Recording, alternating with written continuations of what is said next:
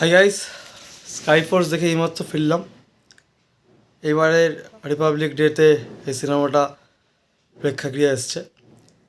গত বছর আমরা এই সময়তেই দেখেছিলাম ফাইটার, ঋত্বিক রোশন অভিনীত।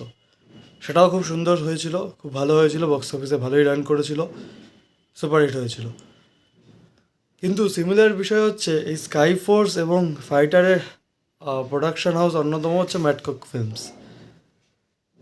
ম্যাটকক ফিল্মসকে সত্যি স্যালুট করতে হয়। তারা এক বছরের মধ্যে যেভাবে এই এরিয়াল অ্যাকশন ড্রামা ফিল্মটাকে, মানে ফাইটারও এরিয়াল অ্যাকশনের ওপর বেস ছিল, স্কাইফোর্সও তাই, কিন্তু ফাইটারের ভিএফএক্সের চেয়ে মানে টপ নচ ভিএফএক্স হয়েছে স্কাইফোর্সে। তো এর জন্য তাদের স্যালুট জানাতেই হয়। সেকেন্ড আসি, সিনেমাটা স্কাইফোর্স সিনেমাটা ছোট্ট সিনেমা, 2 ঘন্টা 5 মিনিটের সিনেমা। আমরা যতগুলো গান, যে 3-4টে গান আমরা দেখেছিলাম স্কাইফোর্সের ইউটিউবে বেরিয়েছিল, সেই গানগুলো পুরো করে দেওয়া নেই। খালি একটা গানে মায়ের সং যেটা আছে সেই গানটাই পুরো করে পুরোটা দেওয়া, বাদবাকি গানগুলো ছোটো করে দেওয়া আছে।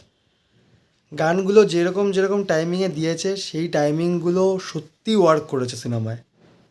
ইমোশন হোক বা কোনো পার্টি সং হোক, একটা পার্টি আছে, পার্টি সং রাং বলে, তো সত্যিকারে সেটা ওয়ার্ক করেছে এবং খুব সুন্দরভাবে ওয়ার্ক করেছে।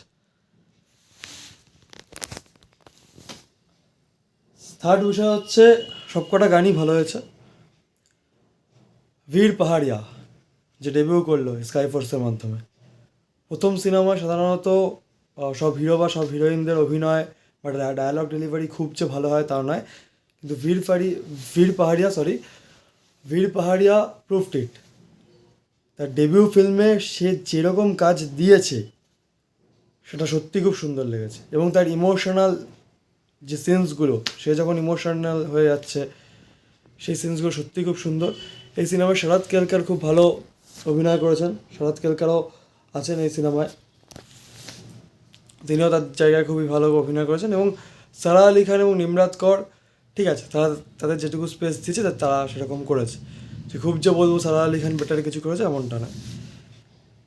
আমরা অনেকেই জানি স্কাইফোর্স ট্রু স্টোরির ওপরে বেস করে ঘটনা মানে তৈরি হয়েছে। 1965 ইন্ডিয়া ভার্সেস পাকিস্তানের যে ওয়ার হয়েছিল সেটার উপর বেস করে এই সিনেমা নির্মিত। এবার কথা হচ্ছে এই সিনেমার নেগেটিভ পয়েন্ট। মেন যে পজিটিভ পয়েন্ট আছে সেটা আমি লাস্টে বলছি। এই সিনেমার যেটা নেগেটিভ পয়েন্ট সেটা হচ্ছে সিনেমাটা হয়তো আরেকটু বাড়ানো যেত, এনকারেজ করা যেত।